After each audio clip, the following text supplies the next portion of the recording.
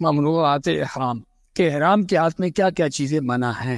پہلا، سلا ہوا کپڑا پہننا، یہ ہمارے عام فقہا کی عبارت ہے، کسی حدیث میں نہیں ہے۔ لبس المخیط جس کو عربی میں کہتے ہیں، اردو میں سلا ہوا کپڑا پہننا، حدیث میں کوئی ایسی چیز نہیں ہے۔ آپ یہ کہیے یہاں پر کہ جو عام کپڑے جسم پر پہنے جاتے ہیں ایسا کپڑا پہننا ممکن ہے۔ آج کوئی ایسا کپڑا بھی تیار ہو جائے جس میں کہیں کوئی سلائی نہ ہو، ہاں تو پہن لیں گے، اس میں تو سلائی کوئی نہیں۔ اس لیے یہ سلا لفظ جو ہے سے بتا رہا ہوں، اور کہا کہ ایک محاورہ چلتا ہے لیکن حدیث میں کوئی ایسی چیز نہیں ہے، بلکہ اس کے برخلاف آپ کے احرام کی چادر چھوٹی ہے، بڑی کرنا چاہتے ہیں، اس سلائی مار کے 2 چادریں ملا دی، احرام بنے گا نہیں بنے گا؟ بن جائے گا۔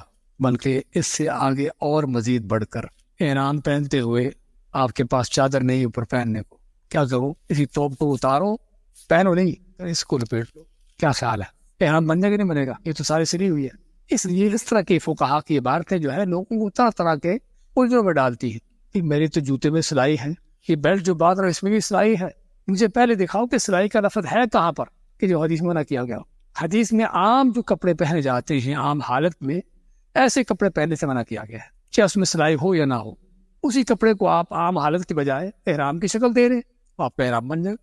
آپ احرام پہنتے ہوئے آپ کے پاس احرام کی چادریں نہیں ہیں، آپ اس طرح کا لباس پہنا ہوا ہے، یہی آپ کے پاس احرام نہیں ہے، کیسے احرام پہنیں گے؟ توپ کو اتارے، بنیاد بھی اتار لیں۔ حدیث میں کیا ہے کہ جس کو تہ بند نہ ملے اس کا پجامہ ہی پہن لے، پجامہ پہن رکھے، مشکل نہیں۔